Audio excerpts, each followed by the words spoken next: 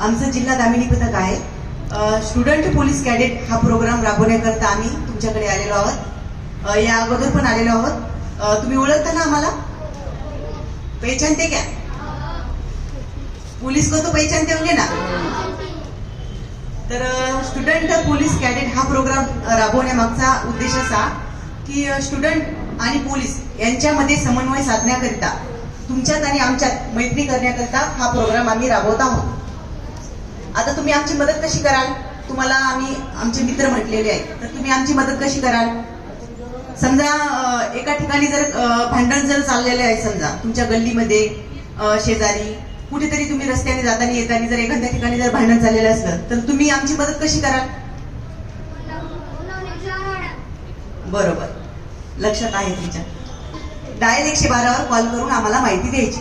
या अगोदर केलेली आहे का डायल 112 डायल केलेला आहे का कोणी? का भांडण झालेलं नाही कुठे? झालेले आहे, पण तरी तुम्ही कॉल केला नाही. मग तुम्ही आमचे मित्र झालेत का? नाही ना. तुम्ही जर कॉल केला असता तर आमची मदत झाली असती, है की नाही? तुम्हाला पोलीस मित्र म्हणून निवडलेला आहे, तर तुमचं काम काय आहे? पोलिसांना मदत करायची. असे कुठे जर भांडण वगैरे चाललं तर डायल 112 वर कॉल करायचा. विनाकारण डायल करायचा नाही, समजलं का? विनाकारण जर डायल करसाल तर तुमच्यावर गुन्हा दाखल होतो. ते तर जासाल घरी, मॅडमने डायल 112 डायल करायला सांगितलं म्हणून बटन दाबत बसतात. असं करायचंय का? नाही. दामिनी पथक हे महिलांच्या सुरक्षिततेसाठी माननीय SP साहेबांनी चालू केलेलं आहे. जर तुम्हाला काही अडचण असली तर दामिनी पथकला तुम्ही सुद्धा कॉल करू शकता. मुलांसाठी पण आहे. जर मुलींना जर रस्त्याने येताना जाताना जर काही मुलं टवाळखोर मुलं काय करतात, ग्रुप करून मुलींना छेडछाड करतात, टॉन्टिंग करतात, गाणे म्हणतात, शिट्ट्या वाजवतात, असा प्रकार जर तुमच्यासोबत जर घडत असेल तर तुम्ही आम्हाला कॉल करा, डायल 112 वर कॉल करा. समजले का? असा प्रकार घडतोय का कोणासोबत? घडत असेल तर तो चुपचाप सहन करायचा नाही. समजले का? झाशीच्या राणीसारखं राहायचं. जर तुमच्यावर असा प्रसंग घडत असेल, तुमच्यावर नाही तुमच्या मैत्रिणीवर जर असा प्रसंग घडत असेल तर तिला सुद्धा तुम्ही मदत करायची. आम्हाला कॉल करा, 112 वर कॉल करा, आम्ही तुमची मदत नक्की करणार. समजले का? डायल 112 वर कॉल केल्यानंतर 5 मिनिटांमध्ये तुम्हाला मदत मिळते. कोणाला काही अडचण आहे का? काही एखादा मुलगा वगैरे काही त्रास देते का? शाळेमधला नाही, बाहेरचा, शेजारचा, तुम्हाला नाही तुमच्या मैत्रिणीला कोणाला त्रास देतो का? आहे का काही अडचण? किसी को दिक्कत है क्या? नहीं ना. गुड टच बॅड टच मालूम है क्या सबको? गुड टच बॅड टच समजते का सगळ्यांना? गुड टच म्हणजे आपले आई वडील, आपले शिक्षक वर्ग, आपण जर समजा शाळेमध्ये आल्यानंतर चांगलं काम केलं, चांगले मार्क्स मिळाल्यानंतर शिक्षक वर्ग आपल्या पाठीमध्ये शाबासकी करतात, त्याला काय म्हणतात? गुड टच म्हणतात. आई वडील आपल्याला जवळ घेतात, मायेने चोंभाळतात, आजी आजोबा काका असे नातेवाईक आपल्याला लाड करतात, त्याला काय म्हणतात? Good touch. बॅड टच म्हणजे सार्वजनिक ठिकाणी एखादा पुरुष, एखादा मुलगा किंवा एखादा वयोवृद्ध माणूस जर आपल्याला वारंवार जर टच करत असेल, समजते ना? वारंवार जर टच करत असेल, गर्दीच्या ठिकाणी, बसमध्ये चढताना उतरताना वारंवार जर टच करत असेल, एखाद्या वेळेस चुकीने धक्का लागू शकतो, बसमध्ये चढताना उतरताना एखाद्या वेळेस टच होऊ शकतो. पण जर वारंवार जर टच होत असेल, तुम्ही आता सगळ्या मोठ्या आहेत, तुम्हाला कळतंय, समजलं ना? बॅड टच कळतो. जर वारंवार जर टच करत असेल तर त्याला बॅड टच म्हणतात. समजलं का? तो बॅड टच सहन करायचा आहे का? काय करसाल मग तुम्ही? एखादा जर पुरुष गर्दीमध्ये बाजारात गेले, समजा तुम्ही, एखादा मुलगा आहे आपल्याला हात लावून गेला, एखाद्या वेळेस ठीक आहे गर्दीमध्ये लागला असेल, पण परत तो वापस येतो आणि परत टच करून जातो, तर तुम्ही ते सहन करणार का? काय करणार मग? काय करणार? 112 म्हणजे तुमच्या मागेच राहील का? राहील का? अशा वेळेस स्वतःचं संरक्षण स्वतः करायचंय. डायल 112 वर कॉल करा, पण नंतर करा. स्वतःचं संरक्षण स्वतः करा. तुम्ही तुमचं संरक्षण करू शकत नाही का? तुम्हाला हात दिले नाहीत का? दिलेत ना. त्याच वेळेस चप्पल काढायची, थाळगण मारायचं. समजलं का? स्वतःचं संरक्षण स्वतः करायला शिका, नंतर पोलिसांना बोलवा. आम्ही तर तुमच्या मदतीसाठी कायम आहे, पण तुम्ही स्वतःचं संरक्षण स्वतः पण केलं पाहिजे ना, आहे की नाही? आम्ही आमचं संरक्षण करून तुमच्यासाठी येतो की नाही?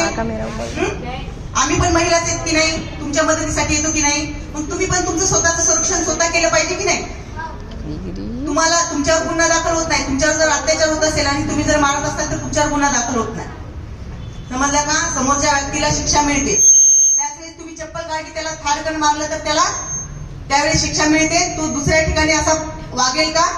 नाही. बसमध्ये चढताना उतरताना एखादा पुरुष जर वारंवार टच करत असेल तर तुम्ही काय करायचं? एक सेफ्टी पिन ठेवायची आपल्याजवळ. मुलगी ही एकच दिवस प्रवास करत नसते. आता तुम्ही इथल्या प्रॉपरच्या आहेत म्हणून ठीक आहे, पण बाहेर गावच्या जर मुली बघितल्या तर दररोजचा त्यांचा रुटीन असतो. दररोज शाळेमध्ये जाणे येणे त्यांचा असतो, तो टायमिंग असतो. एखादा टवळापूर मुलगा किंवा त्यांची टोळी असते, ती टवळापूर मुलं काय करतात, त्यांना कुठे जायचं नसते, पण मुलींना चढताना उतरताना फक्त टच करायचा म्हणून गाडीमध्ये चढत असतात. अशा वेळेस मुलींनी स्वतःच्या संरक्षणासाठी काय करते? टाचन पीठ ठेवायची, काटा पीठ, आणि त्याला टोचून द्यायची. समजलं का? टोचून द्यायचं. तो बोलतच नाही काही, शांत बसतो. त्याला कळते की हिला कळालं. टोचून द्यायचं, कानाखाली मारायचं. जे आपल्याकडे होईल ते करायचं स्वतःच्या संरक्षणासाठी. समजलं का? घाबरायचं नाही, अजिबात घाबरायचं नाही.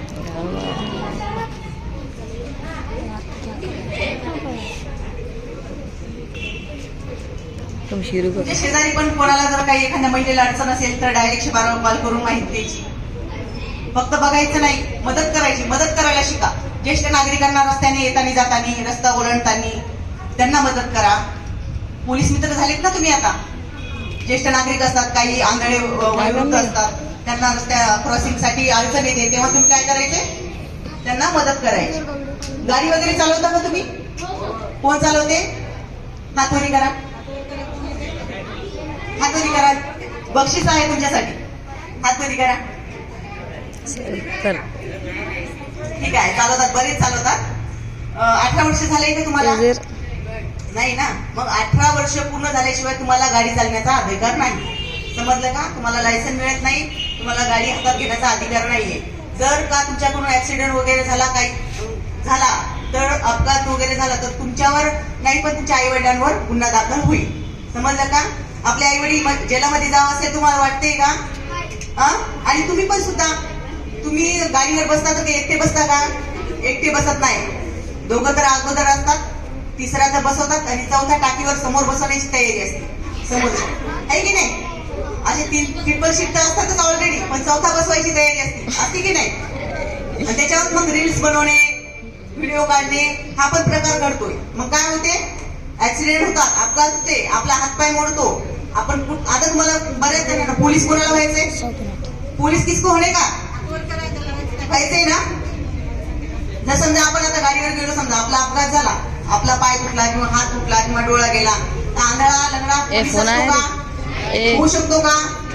मग आपली शरीर ही संपत्ती आहे का नाही? शरीराची जपणूक करणं आपलं काम आहे. मग तुम्ही जर असा प्रकार करसाल तर तुमचं शरीर तुमच्या